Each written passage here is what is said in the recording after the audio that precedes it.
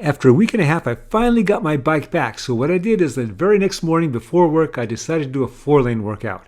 Now the workout I had in mind was not what I did. Since my teammate and buddy Gary was with me, and he's a much stronger climber than I am, I decided to hang with him as long as I could. I think it's been 2 years since I've done this kind of effort. I'm hoping to do this 8-mile climb, which averages about 5.5% in under 1 hour. Now this is the point where I shifted from the big ring to the small ring. Actually, I shifted off the small ring, that's why I stop here. This took 46 seconds from the time of the slowdown to the time when I started going again. We will revisit that 46 seconds later on in the video. That does remind me though, I have to adjust my third eye chain watcher.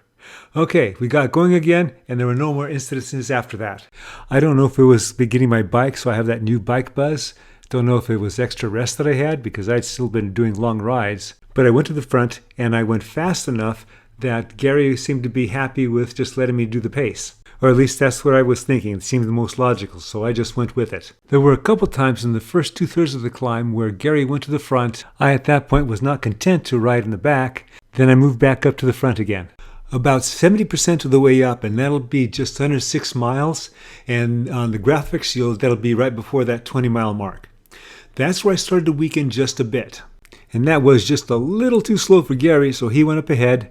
In short order, he got a gap and eventually finished 1 minute 7 seconds ahead of me. I ended up doing that climb in 57 minutes 29 seconds. Now, if you take that 46 seconds that I lost from that drop chain away, then my time was closer to 56:45. That is Gary. He joined me on my 4-lane ride.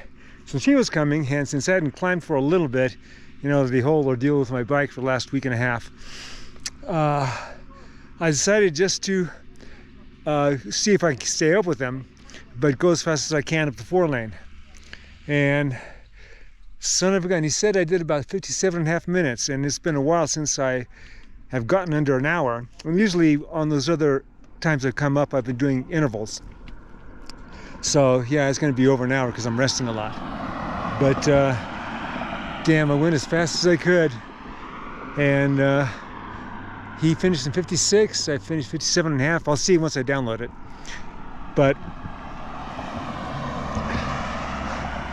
it's not like the old days. My fastest is like 44 minutes, but I was a much younger cycling Greek. Okay, time to head down, get to work. After the ride, I was thinking, basically I did a 1-hour FTP test because I went as hard as I could.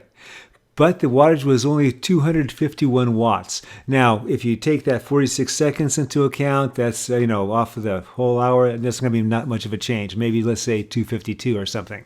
It's been quite a while since I've done a 20-minute FTP test. And the last one I did was, it was a while ago. But I'm thinking that my FTP is 270 watts, which is quite a bit different from 252 watts. When I do my VO2 max work, it's in line with the 270 watt FTP. It may be the difference is that I don't train to do 1-hour efforts like this. I just went out and did it on a whim. So now I'm looking for comments. Comments from all of you. What do you think? Why the difference between the two? All right. Hope you enjoyed this video and you got something out of it. I'm looking for some sage advice. As always, remember, comment, like, subscribe. The Cycling Greek.